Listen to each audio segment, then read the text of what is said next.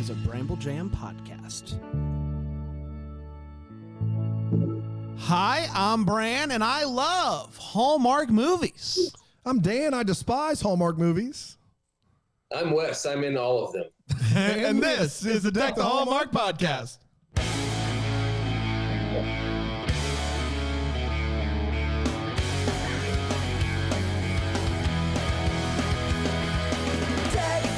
Oh, boy. Very excited for the day. I didn't know this. Wes is in every single Hallmark He's in all of them. movie. And it's like a Where's Waldo. Catch him it's like a Where's Waldo. That's a contract he has with Crown Media, where he's in all of them. Ones I'm not in, they just CGI me. That's right. You know, Yeah. Before I joined them. Yeah. Of course. That's great. It is great. I'd love for that to be the case. Yeah, that would be fantastic. We've had some good guests lately on the show, but I was like, could we have a guest that, I don't know, maybe plays guitar but also stays fit? Maybe rides a bike or something. But doesn't go anywhere. It's like a stationary type thing. Yeah, and then sometimes I do both at the same time. It gets a little weird, but that's okay. Yeah. Wow. No, wow. that's You really play good. guitar and ride the Peloton. Man, that's impressive, Wes. I'm going to be an instructor there soon. That's my goal. Do you have a go-to Peloton instructor? I do. I like Alex Toussaint, Cody Rigsby, Allie Love. Yeah. Yeah. No, Those good. three. Wow. Passed. I've done an Alex one before. Yeah. I can't imagine getting on a Peloton bike. It sounds miserable. No, it's not miserable. It's not miserable. Right. It's great. Who's your go-to? Who's your go-to? So this is true, actually. You know a bunch of them. You don't get this Peloton body without doing this every night. Are you right? kidding me? Look at this. Look at this, just kind of person. I don't have a go-to person, but I do have a go-to class or a couple of classes, and they are Christmas classes. So they are from like December, and it's Christmas music, and I'm the kind of guy who listens to Christmas music all year, and so that's kind of my jam. So if it's like, if you've ever wanted a Peloton to Wham or something like that, you can. I found a way to make it worse. There it is.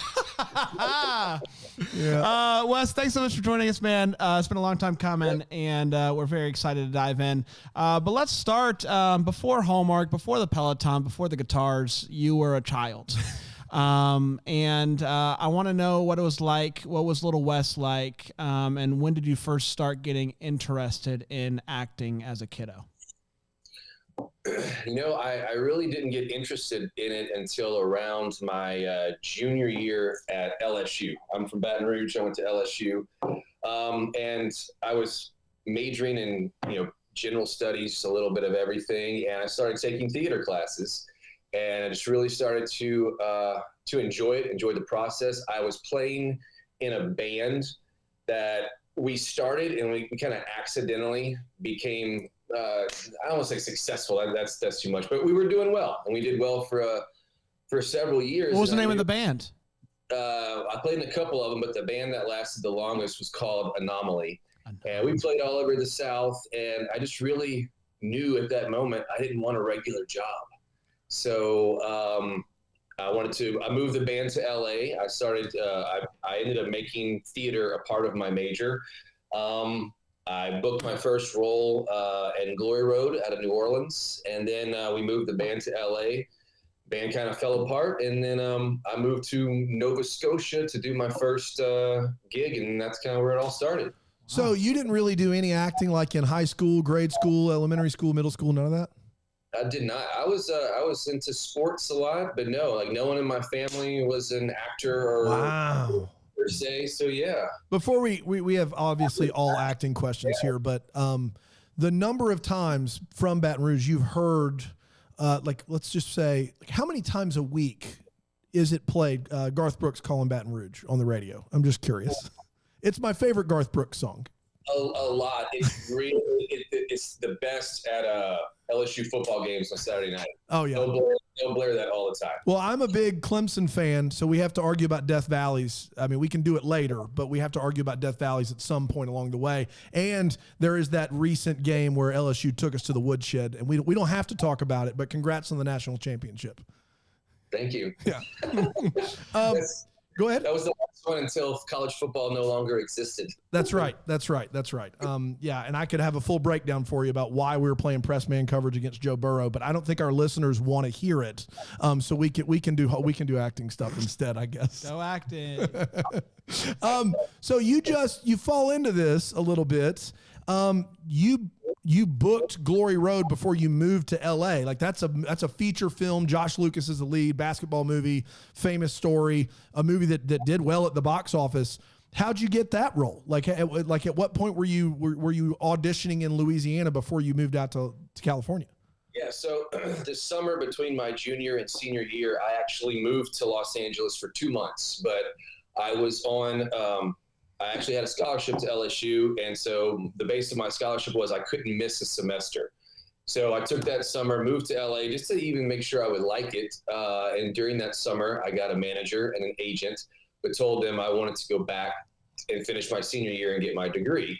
They agreed, and I came back, and about a semester later, that's when Louisiana had kind of redone its tax credits, and a lot of movies were starting to film in New Orleans and Baton Rouge. And she sent me an audition for Glory Road, and I went to New Orleans, did it, and luckily got it. Man, was that like your first audition? It was the first real audition for something that I did a couple, like I did a Leanne Rimes music video. Yeah. And so That's where I know you from. yeah. So yeah, it was a first real audition in the sense it was a major motion picture. Yeah. So then, which is, I'm still trying to wrap my brain around, this is early 2000s, and you go to LA, you get an agent, you get a manager, and you're like, I'm going back to Baton Rouge because I got to get my degree, which is such a, like, that's a Hallmark movie right there in and of itself. And then it still works out for you. You still end up getting to LA and booking the gigs and being a successful actor. I mean, that's living the dream right there, sir. Like you're really doing it, man. It really was. That was my parents were extremely supportive of the band and acting. The only thing he asked me, he didn't ask me much, but he asked me to finish school and get my degree. I wouldn't regret it, and he was correct on that. So that's the only thing he asked me. So I went ahead and tried to do that. But yeah, no, I lucked out on that one. So you switched majors, I think you said, to become a theater. Added theaters. He was general studies. He knows about everything. Yeah, general studies. It's general. Right. Yeah. General stuff. General studies. It's what you don't know what you want to do with your life degree. Oh, it was called humanities when I was in school. I majored in the humanities briefly, Wes. I get it. All right. So when you started kind of taking more of these theater classes, what was something what did you like learn so much? Like you're like, oh wow, there's actually things that I can do to be a better actor. Like what were some of the things that you learned doing theater classes that have kind of stuck with you or helped you kind of figure out how to do this thing called acting? You know what?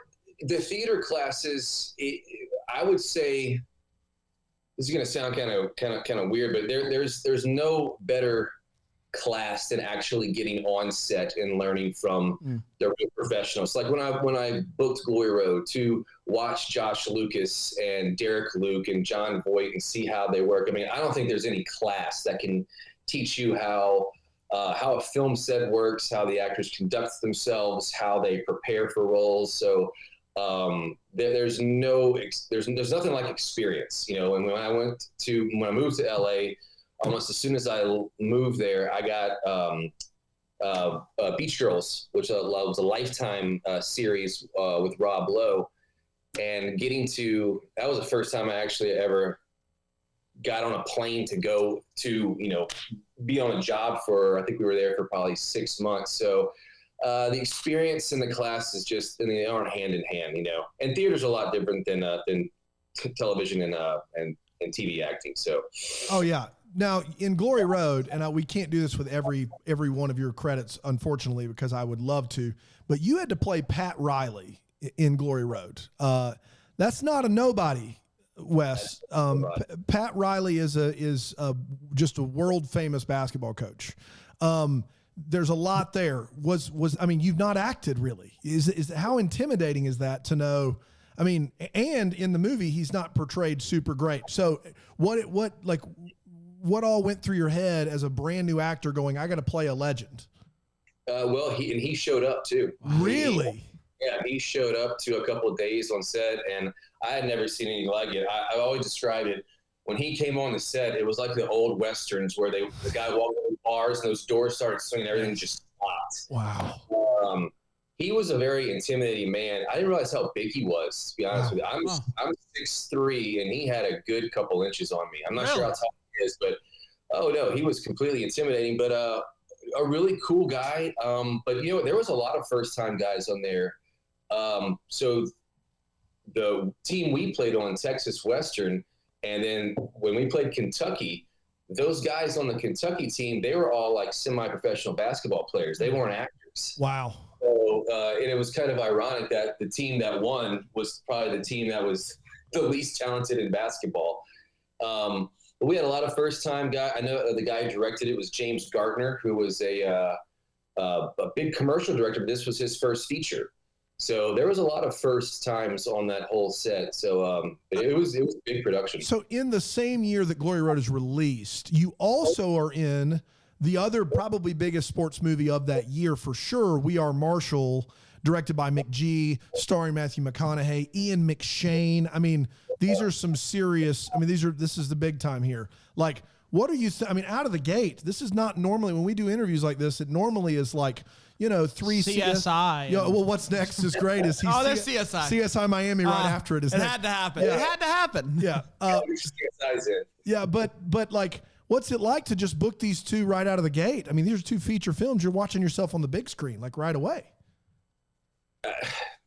It's really a pinch yourself moment. I just felt really lucky and blessed to be there. To play Ian McShane's son, to be directed by, again, just sitting there soaking it all in, watch these guys work, and just try to make sure that casting is just happy they hired you. Yeah, well, we try not to ask actors about working with other actors because it's just kind of offensive. But Ian McShane, I think, is the exception to that rule. Like, what's this guy like in real life? Like, he is the voice of God. Like, he is, like, I loved Deadwood. He used to do the over narration for the Masters. Everything he's in, everything he says has the utmost gravitas about it. Like, what's he like off set? He was a really sweet guy. He's a little quiet. I didn't realize how thick his accent is. Yeah. It kind of blew my mind. Because I obviously being from the South, so that I wasn't around actors like that. So it was just another one of those moments where I was like, oh my gosh, it's Ian McShane right here and directing, and it was just soak it up, see what these guys do, and just do your best. Man, that's wild. they're really sweet. I feel like because I've had some experiences on much smaller independent films that didn't go as smoothly. I think that these guys, it's all about the work. They don't have anything else to prove. They're at the top of their game. So, it was one of those moments where you're watching the best work, and you're really, really lucky to be there. Yeah. So how, when you moved out to California, did you have to get a job like so many other actors do to kind of have some sort of income coming in while they're auditioning? And how long did that last? Because you do get these 2 pretty big breaks, pretty quickly early on in your career. So was that the case for you, or did you move out there and things kind of got moving? No, I didn't. I did not have to get a job. Wow. I worked for a really long time in high school and throughout college, and I didn't save a lot of money, but I saved some. The only thing my parents gave me was I had an Exxon gas card. That's great. You can buy groceries at the Exxon too. But no, I was out there for a few months, and we booked the show with Rob Lowe that shot in Nova Scotia, and that was kind of it. I think, man, I guess ignorance is bliss, but I think I had like $800 or something like that left. Not really sure how I was going to pay rent the next month, but it happened. So that's amazing, man. We do a lot of these. We've done over 100 of these interviews, and I think this is the first time we've heard that story. Like, I'm dead serious. That's fantastic. Did I get a story? The not having a job in LA, like bartending or waiting tables or doing something while they were trying to like audition, like almost Everybody tells that version of it, where I was doing this and I'd ride this train to get here and then audition. And that's kind of everyone seems to have a very similar story, but but most of their stories also include, I did theater in high school and in middle school, and I was the lead in the play as a 10-year-old, and you didn't have any of that either. No, but I did have enough jobs in high school and college to make up for the lack of bartending in LA. Yeah. I was the cook at Applebee's when I was a junior in high school. So yeah, that checks out. Yeah. Yeah. That explains so They much don't about give Applebee's. that job to just anybody. You got to be a junior. That's right. Yeah. No sophomores here. Your scholarship to LSU, was that academic, athletic? What was it? It was academics, believe it or not. Man, he's just the best guy and doesn't want to say it. Like Wes is just Mr. All America, and he's just trying to be humble over there with his guitar and Peloton bike. Yeah, that's all the subtlety behind me. All right, this is an important question. You did True Blood, which Hallmark fans would love, very similar content-wise to Hallmark movies. You did 7 episodes of that. I'm just looking here. Glory Road, Texas, We Are Marshall, West Virginia, CSI Miami, I assume someone in Miami or Florida area. True Blood, they're down in the bayou somewhere, right? They're down. CSI Miami shoots in LA, actually. Well, I was talking about your character. I'm talking about Yeah. you played a lot of Southerners early on. And so what was the first leap to where you had to put away all of the Southern drawl and play something that was a little bit more not Southern? This comes to mind first, but I go back to that show Beach Girls. Oh, yeah. And the reason being is because these guys are the show is set in a fictional town in the Northeast. But me being straight out the bayou, I never had a thick accent, but I definitely, there were words there if I was speaking too fast or anything. So I got just all the directors on that series. They had to say, hey, you said y'all, and there's no y'all in the script. So that was one of the first ones. But I just kind of got tired of people telling you, hey, you lose it or whatever. So I learned pretty quickly to knock it off. Yeah, well, you're incredibly well spoken, and you've played roles. We've watched you on Hallmark. Not all of your roles are Southern roles. You have that ability for sure. It just looked early on like, hey, we've got a 6'3" guy from Louisiana. We're going to use that as kind of a typecast. You know what I mean? Like this guy can speak in the Southern drawl, and that works well. And so that you got to lean a little bit on your strengths there early on. In True Blood, they wanted me to amp it up. Oh, everybody on that show was amping it up. Yeah, to the nth degree. Like Anna Paquin and the Stephen Moyer, all of them are just full bore on that. There's no doubt about it. I was actually the only Americans on that show when I was on it. Yeah, you're right. You're right. They had a lot of people from all over the place. Yeah. Stephen Moyer's like British, isn't he? Yeah, he's from England. Yeah. That's wild. And they're all. Isn't that in Louisiana? Isn't the show in Louisiana? It's set in Louisiana. Yeah. So was that weird? Like seeing all these people from all over the world trying to kind of do your thing, like do the place that you lived in a vampire scene. And the irony is that my character was the only one from Texas. Yeah, of course not. Of course not. But, that was another show that we had a table read every Monday, and for whatever reason, they set me. My little name and place card was next to Alan Balls. Oh wow! I would show up early on purpose just to have a few minutes conversation with him, just to kind of pick his brain about certain stuff, because not every day you get to go to work on Mondays and sit next to a Academy Award winning screenwriter. So he's a legend. He's an absolute legend. I mean, I bet you gleaned so much for him. That's fantastic.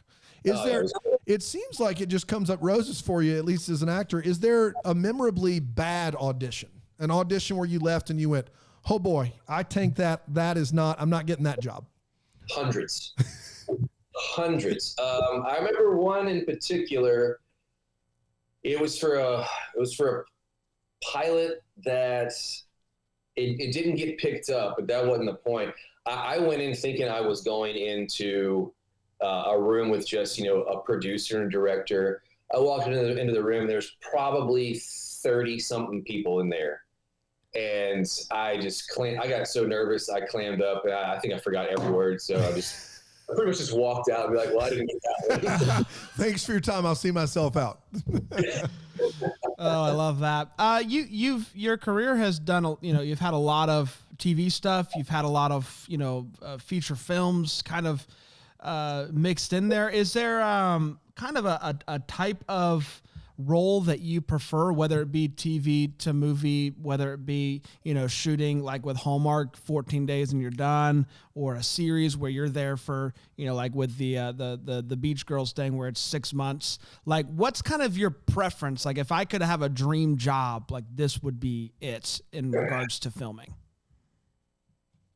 Man, they've all been so different. I'll be honest, I have not had many bad negative experiences. I'm definitely knock on wood. One of my favorite that comes to mind was a show we did called Deception. We shot in New York, and shooting in New York was something like that I've never really experienced before. Like just having, I don't know, you feel the weight and the energy of the city when you're shooting there. So that I really, really loved. But one of my very first Hallmark experiences was like 3 Westerns out, back to back to back. And that was incredible. Getting there every day, putting on cowboy hat, riding horses, shooting guns. I mean, that was great too. So, there's nothing like being on a series, something that's long. I actually don't really love the short movie shoots because I love being on a set with other actors and directors and, being in another location. I don't really want it to end, to be honest with you. So, yeah. Well, it seems like that, normally we look at filmographies and there's a ton of one-offs. Like I was, on this show, and there's a little bit of that, but a lot of these you get stints. Like you get 4 episodes on Heart of Dixie, 5 episodes on 90210, 11 episodes on Deception. Or were these roles that were meant to last that long, or were you supposed to come on for 1 or 2 episodes and they kept you going? Both. Heart of Dixie, it was just an arc. 90210, that was a really fortunate thing. I actually got a contract extension on that one, but Deception happened, which was a series regular in New York City, and 90210 was not. But no, they've been both. They've been both where True Blood kept going a little past what they initially said it was. Beach Girls, that was a limited series, but I heard that we were going to get another season, but because it was a limited series, I believe, if I'm correct, Rob Lowe couldn't do it because he said yes to this little show that no one ever heard of called Brothers and Sisters. So. Yeah. I hate that for Rob. Rob just can't catch a break. That poor guy. Yeah. He'll make it one day. Yeah. Mm-hmm. Man, he should start a podcast. Oh wait, he has. Yeah. So yeah, whatever. I've done that too. Just That's whatever, right. Rob. Just do whatever.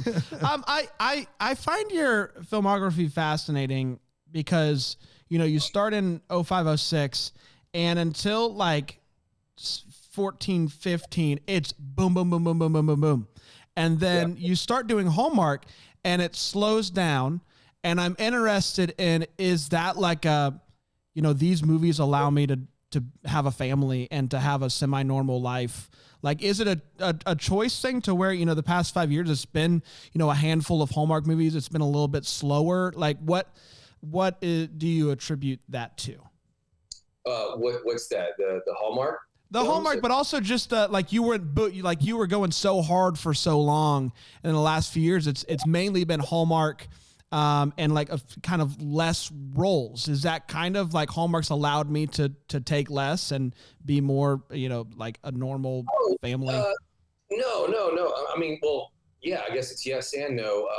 No, Hallmark's definitely allowed me to do so many things that I wouldn't be able to do, normally. But no, the way it's been great. No, I've never turned anything down because of any Hallmark films or stuff like that. The industry changes, and that your age range changes and stuff like that. We have a few things in the works right now that I'm crossing my fingers on. But I mean, no, Hallmark's been great, and this new avenue that they're going right now. I know we have a fall movie in the works right now that actually came from my wife's true story. So no, we're still full steam ahead with all that. Wow, got to at least add that. Do you want to get there now, or you want to wait? We can get there. Who cares? Your wife's true story is going to be a Hallmark movie. Yeah, she wrote the story. She had an aunt. Her name was Carol, and she lived in South Alabama. And she just had she passed away a couple years ago, but she just had a really nice family story that she thought might make for a good movie. So she wrote a treatment and actually sold it to Hallmark. And so we're going to make that one this year. And the guy writing it was actually nominated for an Academy Award for Klaus, if you've seen that. Oh, yeah. Fantastic. Yeah, so he wrote Klaus, and now he's going to be writing our movie for this year. Wow. That's awesome. So, yeah. That's fantastic. So your first TV movie is Christmas Cookies, which is a Hallmark movie, correct? Yeah, it wasn't the first, though. Yeah, well, it was acquired Hallmark, I guess. Yeah. How did you get, I guess what I'm trying to ask is, how did we get to this avenue? How did we get to Hallmark? Like, how did you find out about Hallmark? How did you become kind of their recurring? I mean, you're one of the guys they turn to that are big stars for these movies. And how did that happen in your career? I believe, if I'm correct on the year, I think it was 2009. I went into Penny's casting office, and I was on True Blood at the time. And I think I auditioned for a movie called, it was Loves Come Softly. They were going back from these Dale Midkiff movies, and it was a two picture deal, and I got it, and that was it. That was the last time I auditioned for them, and I've been coming back. I don't think every year, but I think almost every year they've just been having me back. So wow. So you did a movie for them in 2009? Holy! It might have been 2010 as well. I'm trying to remember. Was it Love Begins? Or Love's Everlasting Courage? Yep. Wow. Had no idea. Man, it snuck in there. So you've been working with Hallmark for over like a dozen years. About a dozen years, yep. How is it kind of that's before Bill Abbott. So he was there before Bill Abbott. When Abbott was kind of, and then worked throughout Bill Abbott. And now that's quite a range. That's quite the range. Like, how has it been for you watching the channel evolve? Like, I think of like 2011 to 2014 as this like experimental thing with Hallmark. They're kind of figuring things out, and then in 14, 15 they get the formula, to use that verbiage, and they go from 14 to 18, 19, just like we know what we're doing. We're gonna make 40 Christmas movies. Blah, blah, like they became this juggernaut. How has it been for you as an actor to kind of see that evolution of Hallmark, especially in this TV space where a lot of cable channels are declining and Hallmark's growing or staying the same in viewership? Well, at first I would say, because acting is a tough profession as far as just there's so much competition. You go in a audition, you sign your name. Well, back when you did audition, you sign your name in and you see 100 people before you, and there's going to be 200 after you. Just to get jobs is it's difficult.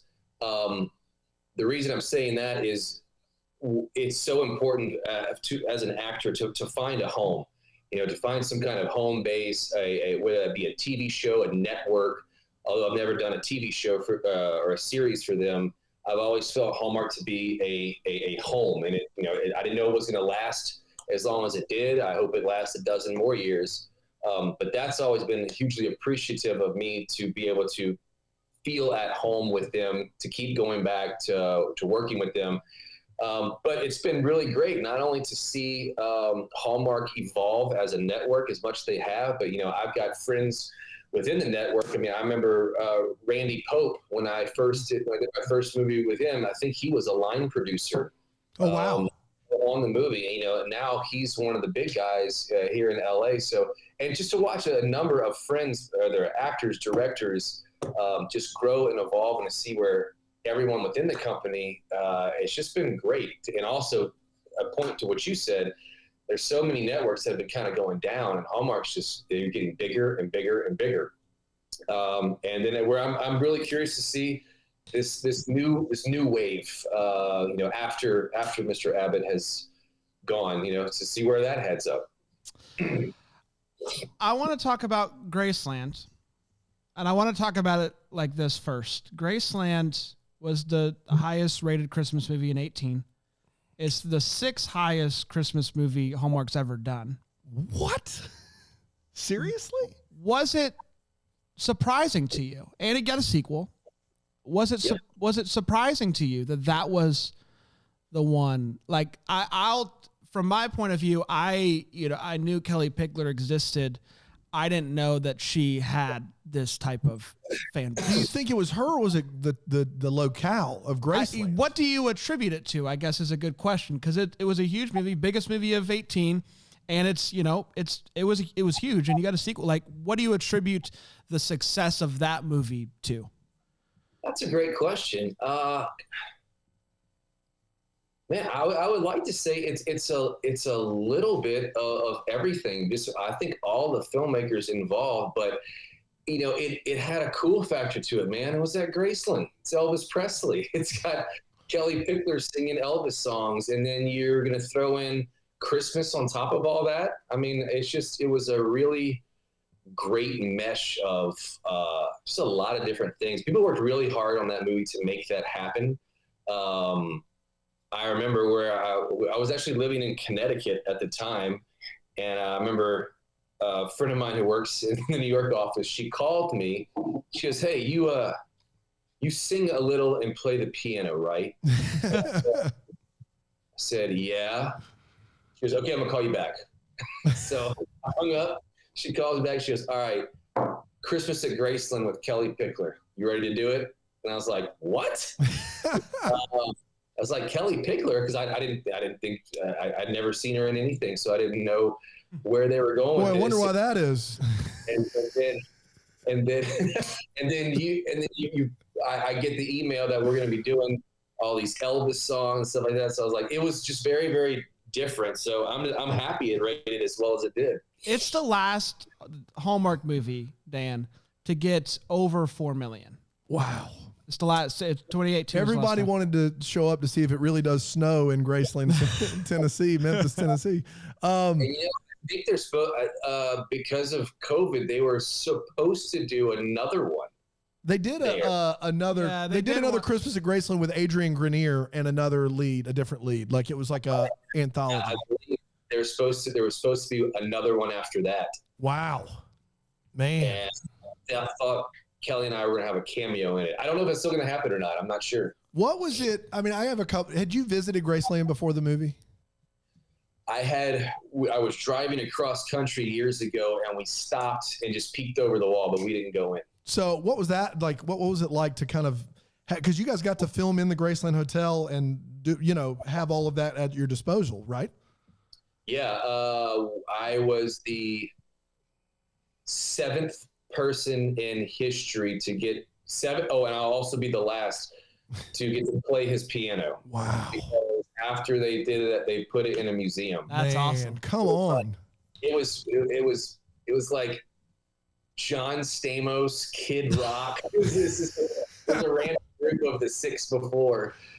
Forget Elvis, John Stamos, you lucky duck. Oh my goodness. Yeah, but no, I would play, and then they had a lady there who would come and wipe the keys down. Wow. Oh yeah, so it was rock and roll, man. Did you have to shoot a lot of that movie like in the middle of the night? Because I'm assuming that Graceland was still open. We did do a lot of late night shoots. Yeah. To answer your question, yes. Some of it we had a built set to like go in his house. It was actually a built set across the street from Graceland. But yeah, we did a lot of night filming on that one. When it was. It's so funny looking at this list, Dan, because it's like 14, Candace Cameron, 15, Candace Cameron, 16, Candace Cameron, 17, Candace Cameron, 18, Wes Brown, Kelly Pickler, Wes Brown.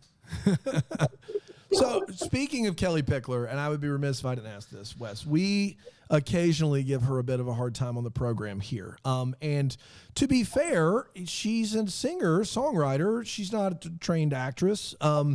But she did stumble upon a set and deliver lines for a few Hallmark movies. And as someone who, you're also a musician, like you're the reverse Kelly Pickler, right? Like you were a musician in college, but now you're a professional actor who kind of dabbles in that. Right. What was was she open to, critique or to help, or this was really her first time really doing anything like this, right? So that's a different.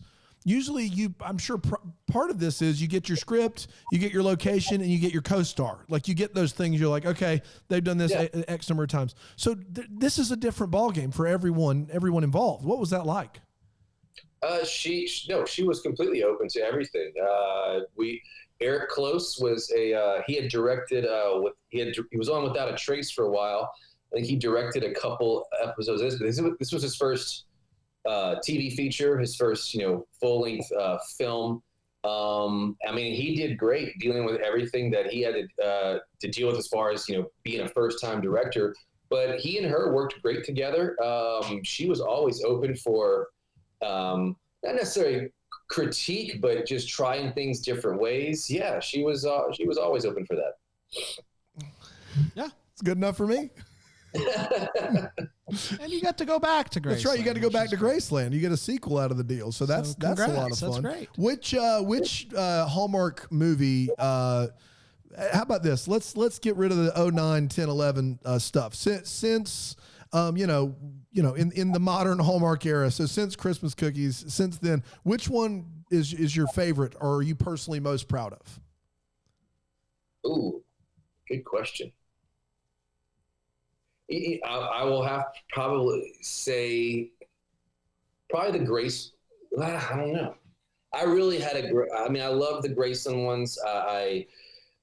Because we got a sequel, because like you said, it was a number one, that had huge weight to it. But I also had an absolute blast on this last one, a Nashville Christmas Carol, getting to work with like Kix Brooks and because that was another really big one. We had 2 locations, which was a first for me. We shot in North Carolina and we shot in Nashville. So that just had a lot of depth to it. We had the magical factor in it, with it being based off a Dickens story. That was a lot of fun to shoot too. Man, so where in North Carolina did you shoot? Charlotte. Oh, okay, wow. Right up the road. Right up the road. Yeah, hour and a half. We didn't even get an invite. Not even an invite, Wes. That's unbelievable. Yeah. You can ask this if you want. I couldn't believe that Kix Brooks was a ghost in this movie. I couldn't ever see anything other than Kix Brooks, and it was a riot. And I was like, what is happening right now? Kix Brooks is a ghost, but he's still just Kix Brooks, let's be honest. But Brand couldn't get enough of it. He thought I loved it. Like, what's it like? Because I looked, and I was like, how did Kix Brooks get involved in this movie? Like, who said we're going to do this movie? You know what? I got it, Kix Brooks. But apparently the guy that wrote it or directed it, is a partner of his, had done another movie with him or something beforehand. Who wrote it was his son. There it is. Okay, that makes a lot of sense. And so the production company behind this was called Team 2 Entertainment, and Kix Brooks is a part of that. Wow. So I don't think he's a producer necessarily, but the 2 guys that are in Team 2, they had done some other previous stuff with Kix. And Kix wanted to get into the movie business, and he actually takes it very seriously. He takes it very seriously. Really? Yeah, he really wants to do this. Yeah, I love the guy. He's great. Oh man, it seems like I can hang out with him all day. I just can't. We got in quite the conversation, an argument about which, and I'm not going to ask you this question, but I want you to know because I think you'll think it's funny. Which of these ghosts or people that are in it, country stars, got paid the most? Yes, because Kix is on screen a lot, but what's Kix doing? But Kimberly Williams Paisley on there for a second, who gets one scene, bigger name. She's a huge name in the Hallmark world. Kix Brooks is a country music legend. Let's not forget about Winona Judd. Yeah, we had quite the argument off screen about what's the pay, like I know what the call sheet looks like, but what's the pay scale look like? We were arguing about that. Not that you have to comment necessarily. I couldn't answer because I honestly don't know. Yeah, but growing up in Louisiana, like Brooks, you know who Brooks and Dunn were. Like, that's a big deal. Like, just to get to meet that guy's a big deal, right? Huge deal. Yes. Enormous deal. Yeah. Yeah. Did you ever think of the ramifications of a movie airing in 2020 and having no Christmas future? Like, did it ever occur to you, like, oh man, that's kind of a downer, isn't it? That's a good one. Yeah. I did not. That's a good one, though. Listen, you just call up and you say, hey, how's this look? Did you read the script and not for a second go, wait a minute, I know there's 3 ghosts. Like, I know there's a past, a present, and a future. Where's the third? Like, did you ever ask that question? I didn't. I just let 2020 happen. Amen. Amen. Do you get in the weeds on that kind of stuff, Wes, or are you more of a guy that's like, look, I love this company. I love that they keep sending me scripts and jobs. I'm here to do my job and I'm out the door. Or is this I want to get in and like, this doesn't make sense. I want to fix it. Which kind of guy are you? 100%. I've worked with people like that in the past, and it just doesn't go over very well because I think the company knows that I care. So it's not just the script when we start, because there's certain things you can change or certain things that you can't. But definitely when we get on set and we start breaking down scenes, that's when things start to change, because sometimes you'll read a script and you're like, okay, well, this works. And then you get there on the day and just something feels off or something feels funny. So no, I feel like we definitely break it down and try to make it as best as we can. There's some things we can't change though. And it's the formula. Yeah. You gotta adhere to the formula. Yeah. I know where I know how much I can swerve in my own lane. So I try not to overdo it. Are you constantly looking for ways to creatively swerve? Like, is that important to you to like do something different, or is that not important to you? It's very important to me. I mean, anytime we can find a little humor, make something a little tighter, just no matter what it is. No, I'm always looking for stuff to try to make it as good as we can. I love it. I want to ask you this. You mentioned, you're kind of working on a couple things that you're crossing your fingers on and stuff like that. But like, is there any part of you that's interested? Obviously, your wife was interested in writing some sort of story, but do you have any desire to write or to produce or to direct kind of in the future? Like, what's your desire? Or is it just, I love acting, I just want to act? No, I would like to do it all eventually in the right capacity. Yes, we have a few pitches that are into Hallmark right now. I've actually got one that I developed for summer one, and it's with Lucy Buffett, Jimmy Buffett's sister. So I'm hoping that one happens. I'm all in on that. Yeah, I was going to throw my name in the hat to, if it happens, I'm not sure yet, to maybe direct that one. Cool. Maybe write it. Their writers are they got their go-to writers, and I know my wife's trying to get into that space too. So it's a long-winded way of saying yes. Have you gotten like an EP credit at all on any of these movies? Yeah, I've gotten a couple EP credits, and I'm an executive producer on this next one for this year. Oh, great, cool. Yeah, we've interviewed several of the writers for Hallmark, and it is its own world because their job is twofold. Sometimes they bring you new scripts, but a lot of times they're just Hallmark just acquires all these scripts, and then they hash them out to 5 people, and they Hallmark it up basically. So it's a different kind of world. It's very different. It's a big process too. It's really big. Yeah, because there's a reason the formula. I mean, as much as I give it a hard time, I mean, like everybody loves a good cheeseburger. For some people, this is their formula. This is their comfort food, and you don't want to deviate from that too much while making as high quality a product as you can. Let me ask you this, and I I've not asked this, I don't think yet to anybody, but you seem to have come across a lot of legends or had these opportunities. I mean, Winona Judd, Kix Brooks, Matthew McConaughey, Ian McShane, Alan Ball. I mean, what was the most kind of shell shocked or starstruck you've been meeting an individual as a professional? Oh man.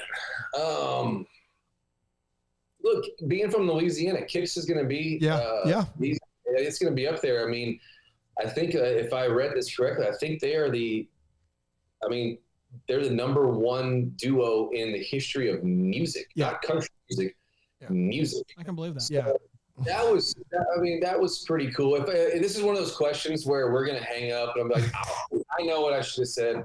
But no, seeing him and his lifestyle, we got to ride on his bus from Charlotte to North Carolina. We went to his house, his farm. Wow. That's awesome. See how the guy rolls who is still in the largest duo in the history of music. It's really inspiring, not just because he's rich, he's got stuff, but it's like, my goodness, it's like, this is really just inspiring what hard work in the creative world can do. Yeah, no, I can't imagine it not being Kix Brooks. In all honesty, I was wondering if there was another story in there somewhere. Did you say, hey, like if you ever need a guitar player for the road, like like you have my number?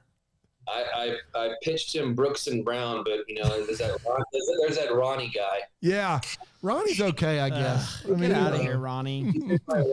I love it. Rapid fire, I believe, is what's I next. love it. We're each going to ask you 3 questions, and you're going to answer them as quickly and honestly as possible. More emphasis on the fire, honesty, and less on the rapid, but it doesn't hurt. Yeah. You know what I mean? I have to be honest. Okay, great. Yeah. Dan? The best meal in Baton Rouge. Oh, well, meal or restaurant? Restaurant, yeah. If you could say your parents' house for meal, that wouldn't be fair. Like a place where you got to go out that I could go to. I can't show up at your parents' house, so that I could get a meal in Baton Rouge. Ruffino's. Ruffino's. Yeah. Okay. Is What kind of food is that Italian? It's like it's Creole Italian. Oh, it's boy. Like Italian food and mix it with Cajun. It's like, so you get the eggplant parmesan. It's gonna have like crab meat in it and stuff like that. So boy. It's a unique restaurant. You mentioned that you toured a lot, playing a lot of, dive bars and stuff, I'm sure. What's the worst venue, the worst concert experience that you ever had to play? Like the sound was bad, sound guy sucked, crowd was awful. What was the worst one? Oh, wow. There's a lot of those. We played a show on the beach in Galveston, Texas, and we got our band van stuck in the sand, half in the ocean, half out. Oh no! It was raining. And that was a miserable experience. Oh gosh, that's tough sledding there. The most memorable movie going experience of your childhood, like what movie that like you left the theater and you were just like, wow, that was unbelievable. What about my childhood? Yeah, I mean, all the way through teenagers. Just something that's a seminal moment. Like for me, it's Independence Day. Like I was in 8th grade. I remember Independence Day like it was yesterday. The alien's head opened up, the whole deal. Like I remember it like so vividly. Well, I keep going back to, because you asked a question and you threw in a teenager, but I'll have to answer. You said honestly. It was the screening of Glory Road. Oh, wow. It's not because I was in it. It's because my dad got to see it. Wow. First time here, and it's an uplifting story, but it's kind of sad. But he saw the screening of it, and he actually passed away the next day. Oh my goodness. So that would be the most memorable, because it was not the last time we got to hang out, but it's kind of like, oh man, I told him I was gonna be an actor, and he finally got to see something on the big screen. So that was pretty that was pretty cool for me. Man, I got to be honest. That is, I mean, I'm sorry so much for your loss. That story, that's a cool story. Like just to get that. It used to be a horrible story for me to tell, and now I actually really love telling it. It's a great memory. There's a lot more to the story than that, but that's the basis of it. I mean, all I got is Toy Story. So boy, it's a beautiful story. Yeah, I got nothing. Yeah. I want to know. Man, I had a question, and now that story just really. I want to hear that whole story instead of doing what we were doing. No, Go ahead. no. Go ahead. Let's do this. We've all watched things over the past year that maybe we aren't proud of, or we wouldn't have if we were able to leave our homes. What's that thing for you that you kind of got sucked into? Whew. Well, I'm currently watching right now. I mean, it's not, Billions. Billions is a good show on Showtime. Billions, yeah. What else am I watching, man? You know that Wes Brown's smarter than us when his guilty pleasure is a show with Paul Giamatti and Damian Lewis in it. We watched Love is Blind on Netflix, so. My wife, she watches all those. She's like the murder podcast meme. Yeah. She watches that to relax. It's super weird. Yeah. I don't get that either. I have to ask this question. Your mom, did she watch True Blood when she was on it, and was she appalled? I don't know. Now, I will say this. When we had our daughter, my wife's aunt, she flew out to stay with us for a little while just to help because she had never been out here. And she said, I'd like to watch something you were in. Oh, no. I said, okay. So I had the True Blood DVD, and I gave it to her, and I was like, this is going to be funny. 20 minutes later, she just comes, and she has a DVD, and she puts it down and just goes, I did not like that.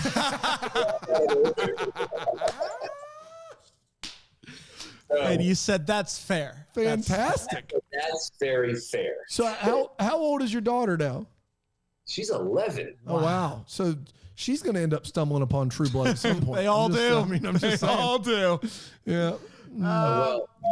In the vein of True Blood, I'll ask this question. If you could erase one title from your IMDb, what would it be? Lockjaw: Rise of the Kulev Serpent. I almost asked about it.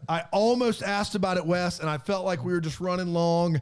What in the holy Hades is that? It's a video. What is that? It is me and DMX running around cane fields in Louisiana chasing evil serpents. No. Yes. Why would you want to get rid of that? Come on. What now? I do have one. Man, that is 76 minutes. I got one follow-up. Why? Because of everything I just said.